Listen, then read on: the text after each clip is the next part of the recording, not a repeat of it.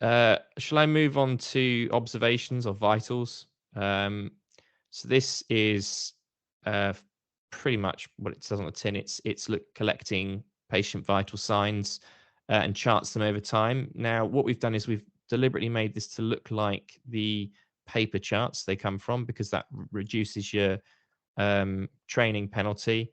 I don't know if you've seen CERN Millennium, but I was amazed when when they appeared at one of the hospitals that we supply in the UK to do a demo, and their vital signs don't even chart. I couldn't believe it. But the way this works is that you, out of the box, you get charts that are configured to meet the National Early Warning Score standards.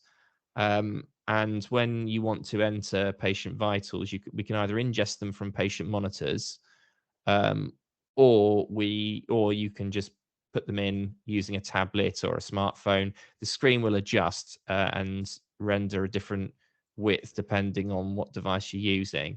So if we put a moderately sick patient in, you can see what might happen. 75, 114, 24 temperature. Let's go for a nice sepsis profile.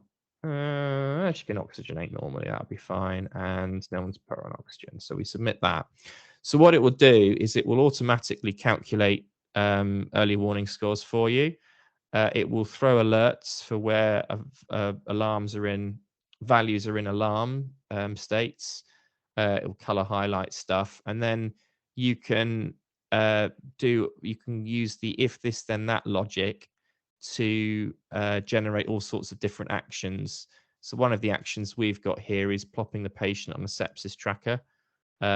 So there we are. There she is. This is a watch list of, in this case, patients who may be suffering from an infection, and she's been added to it, and you can see the most recent vitals that I've just added there. It is about, that is the right time. So it's very useful from a patient safety perspective. You'll notice this take action button. You can bind that to all sorts of actions. I don't even know what I've configured this one to do. Oh no, I haven't set the template up, but you can have it so that if you don't take action after a period of time, it will get escalated and an alert will get fired to someone else. Also on the OBS chart, but by the way, you can customize the things that you collect. So I've only got 2 sections active here, but we've got templates for neurology, so you can look at people's Glasgow coma scores, their pupil sizes.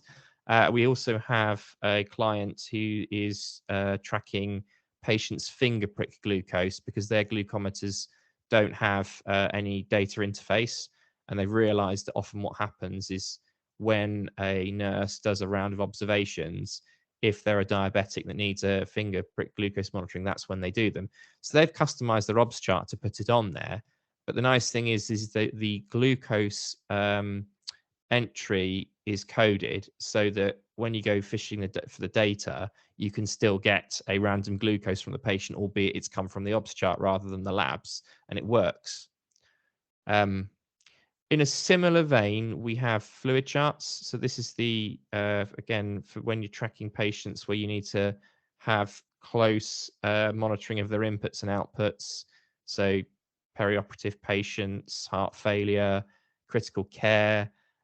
You can enter, or even it will automatically pull them in from the drugs chart.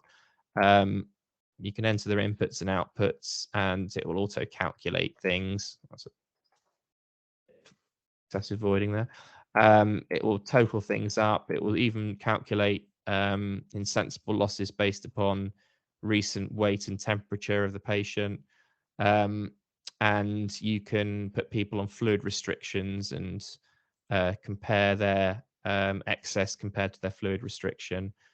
So that's used in anger, especially in Royal Hospital and Neurodisability, where they have patients who are neurological rehab patients, including many who are on trachea ventilators. So that's quite important for those. So yes, that's the observations chart.